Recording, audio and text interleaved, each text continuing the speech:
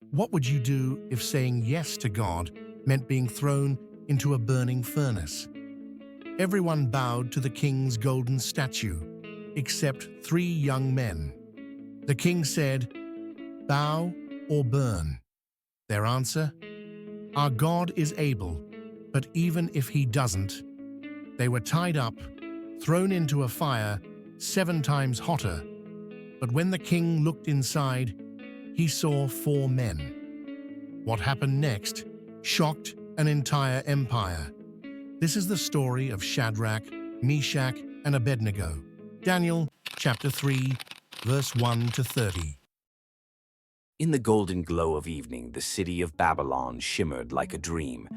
Tall walls wrapped around the city like a crown, and inside those walls everything spoke of power: stone palaces, gardens that seemed to float in the air, and towers that reached for the sky. At the very center of it all stood King Nebuchadnezzar, ruler of the most powerful kingdom in the world. One day, the king had an idea that would test the faith of 3 young men. Nebuchadnezzar ordered a huge statue to be built, an image made of gold from head to toe. It rose high into the sky, shining in the sun, so tall that people had to crane their necks just to see the top. When it was finished, the king sent messengers throughout the land. To all peoples, nations, and languages. The heralds cried in the streets and marketplaces, When you hear the sound of the horn, flute, harp, lyre, and every kind of music, you must fall down and worship the golden image that King Nebuchadnezzar has set up. Whoever refuses will be thrown into a blazing, fiery furnace. The message spread quickly, into the palaces, into the markets, into every home. Among the people who heard this command were 3 young Hebrew men, Shadrach, Meshach, and Abednego. They were servants of the one true God, brought as captives from Judah. But God had given them favor and wisdom, and they now served in high positions in the king's court. That night, as the city quieted and the stars appeared above Babylon, the 3 friends sat together and spoke in low, serious voices. "Tomorrow," Shadrach said. "the music will play, and everyone will bow. Meshach nodded slowly. But we know the truth. The Lord our God said, 'You shall have no other gods before me.'" Abednego looked at his friends, his eyes steady. So we will not bow, no matter what happens. There was a heaviness in the air, but also a peace. They knew the cost, and they knew their God. The next day, the plains of Dura, outside Babylon, filled with people. Officials, governors, soldiers, musicians, merchants, crowds upon crowds, a sea of faces. At the center of the plain stood the shining golden statue, towering over them all. Near the front stood Shadrach, Meshach, and Abednego among the king's officials. Trumpets blared, drums rolled. A herald shouted, When you hear the sound of the instruments, you must fall down and worship the golden statue. Whoever does not fall down and worship will immediately be thrown into the blazing furnace. Then the music began. Horns called out, flutes and harps joined in. The sound rippled across the plain like a wave. And as soon as it did, thousands of people around them dropped to their knees, foreheads touching the ground before the golden image. But in that great sea of bowed backs, 3 figures remained standing. Shadrach, Meshach, Abednego. They did not move. They did not bow. Their hearts belonged to God alone. Not far away, a group of Chaldean advisors watched the 3 men, their eyes narrowing with anger and jealousy. "Look at them," one hissed. "They dare to disobey the king." Another smiled bitterly. "And they are Jews, servants in the king's court given honor. We will see how long that lasts." They hurried to Nebuchadnezzar. "O king, live forever." They began, their voices smooth and eager. "You gave a command that everyone must bow to the golden statue when the music plays, and that anyone who does not bow will be thrown into the blazing furnace." The king nodded, his face calm but proud. "Yes, that is my decree." "Well," One of them said, There are certain Jews whom you have set over the affairs of Babylon, Shadrach, Meshach, and Abednego. They pay no attention to you, O king. They do not serve your gods or worship the golden image you set up. Nebuchadnezzar's face darkened. His pride was wounded, his authority challenged. Bring them to me, He roared. Soldiers pushed through the crowd and brought Shadrach, Meshach, and Abednego before the king. They bowed respectfully, not to worship him as a god, but as a ruler placed over them. Nebuchadnezzar stared at them, his eyes blazing.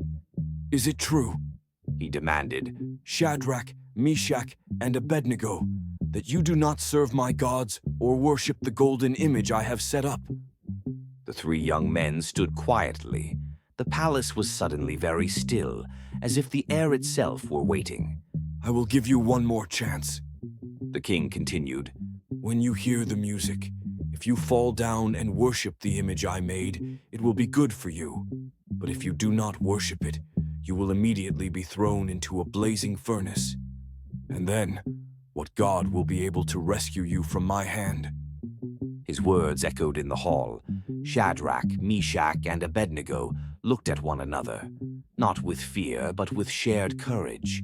Then Shadrach spoke, his voice steady and clear.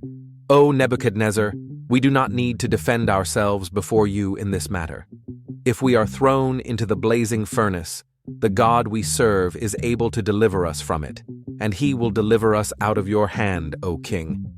Meshach continued, his eyes firm.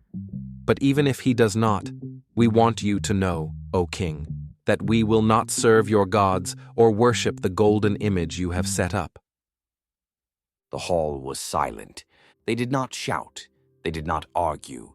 They simply stood, with a faith that did not depend on the outcome. Nebuchadnezzar's face twisted with rage. How dare you, He thundered. Heat the furnace 7 times hotter than usual. Soldiers rushed to obey.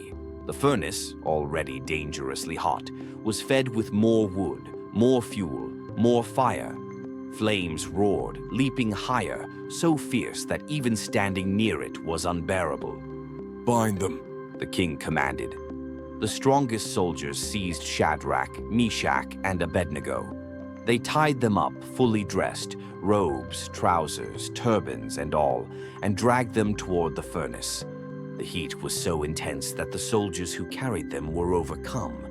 The flames leapt out like claws, and those soldiers fell, consumed by the very fire they approached. But Shadrach, Meshach, and Abednego fell down into the blazing furnace. Nebuchadnezzar watched from a safe distance, his anger cooling into pride and satisfaction. That would be the end of their disobedience, or so he thought. As the fire roared and crackled, the king suddenly leaned forward, his eyes wide. Wait, he whispered. Then louder. Did we not throw 3 men bound into the fire? Yes, O king, the officials replied. 3. Nebuchadnezzar pointed, his hand shaking. Look, he cried. I see 4 men, loose, walking in the midst of the fire, and they are not hurt, and the 4th looks like a son of the gods. Inside the furnace, something impossible was happening. The ropes that bound Shadrach, Meshach, and Abednego had burned away, but their clothes remained untouched. Their hair did not even curl from the heat. The fire that should have destroyed them only freed them from their bonds. And they were not alone. With them walked a radiant figure, clothed in heavenly glory, calm, powerful, full of peace in the middle of the flames. Whether the king understood it or not, God himself had sent help. Many believe it was the angel of the Lord, or even a glimpse of Jesus before he came into the world. The king, trembling, hurried to the opening of the furnace. Shadrach, Meshach, Abednego, servants of the Most High God, he shouted, his voice shaking. Come out! Come here! The 3 young men stepped out of the fire. Officials and advisors rushed toward them, staring in disbelief. They circled them, reaching out to touch their robes, their hair, their faces. Their clothes were not burned, their hair was not singed, there was not even the smell of smoke on them. Nebuchadnezzar stood before them, humbled and amazed. "Blessed be the God of Shadrach, Meshach, and Abednego," He declared. "who sent his angel and rescued his servants. They trusted in him and were willing to give up their lives rather than serve or worship any god except their own. No other god can save in this way." Then the king made a new decree that no one in his kingdom was to speak against the God of Shadrach, Meshach, and Abednego. And he honored the three men and gave them even greater responsibility in Babylon. The story of Shadrach, Meshach, and Abednego echoes through history as a reminder. When everyone else bows, you can still stand. When the world demands your worship, your heart can still belong to God alone. And when the fires of life feel too hot to bear, you are never alone in the flames. The same God who stood with them in the furnace is still able to stand with his people today. Are you inspired by the story of Shadrach, Meshach, and Abednego? Share your thoughts below. Thank you for watching. If this story has blessed you, don't forget to like, share, and subscribe for another interesting Bible story.